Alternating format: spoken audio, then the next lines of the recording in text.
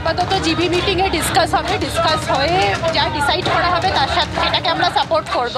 কিন্তু যদি উনি ডিসকাশন করতে চান, মিটিং করতে চান, দ্যাট ইজ অলওয়েজ ওয়েলকাম। আমরা মিটিংই করতে চাই, আমরা আমাদের 5 দফা দাবি জানিয়ে আমরা একটা কনক্লুশনে পৌঁছাতে চাই। দিনে 2 বার ব্যবহার করো স্টপেজ ক্রিম আর নিজেকে রাখো evergreen. Keya Seth aroma therapy stoppage cream আর খুঁজে পাও নতুন আমিকে।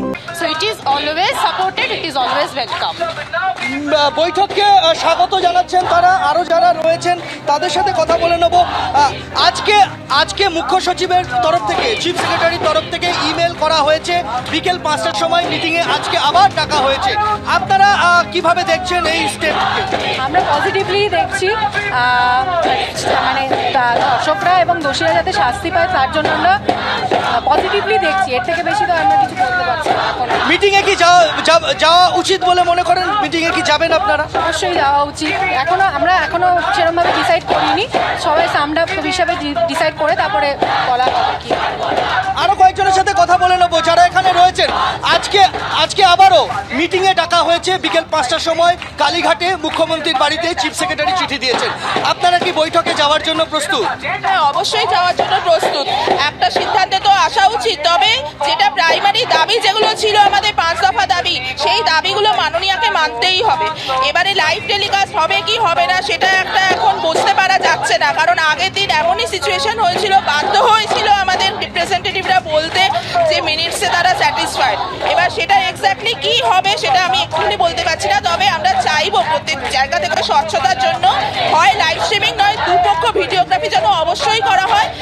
আমরা মানে মিটিংয়ের জন্য ইমিডিয়েটলি প্রস্তুত, বললে আমাদের রিপ্রেজেন্টেটিভরা এক্ষুনি যেতে রাজি। এই অচলাবস্থা এক্ষুনি কাটার প্রয়োজন আছে, কিন্তু তার সঙ্গে যেটা প্রাইমারি দাবি আমাদের বিচার চাই, আর তার সঙ্গে হচ্ছে ডিএমই ডিএইচএস বিনীত গোয়েলের পদত্যাগ চাই চাই চাই। সেই আন্দোলনকারী জুনিয়র ডাক্তার তারা কিন্তু স্বাগত জানাচ্ছেন এই পদক্ষেপকে। আজকে চিফ সেক্রেটারি চিঠি দিয়েছেন, আজকে আবারও মিটিংয়ে ডাকা হয়েছে। আপনারা কি যাওয়ার জন্য প্রস্তুত? কি বলবেন? হ্যাঁ, দেখুন, ডেফিনেটলি আমরা চাইছি যে একটা আন্ডারস্ট্যান্ডিংয়ের মধ্যে আসতে। উনি আমাদের ডিমান্ডগুলো শুনলে আমরা নিশ্চয়ই সিজওয়ার্ক তুলতে রাজি আছি, কিন্তু একবার ওনাকে আমাদের ডিমান্ডসগুলো শুনতে হবে এবং অ্যাকশন নিতে হবে। কারণ এতদিন রাস্তায় থাকার পরে যদি আমাদের ডিমান্ডসগুলো না মানা হয় তাহলে এটার মানে জাস্টিসটা কোথায়? অর্থাৎ তারা প্রস্তুত, তারাও চাইছেন এই বৈঠক হোক এবং একটা সমাধান সূত্র বের হোক। সামগ্রিকভাবে এটাই তাদের প্রাথমিক প্রতিক্রিয়া।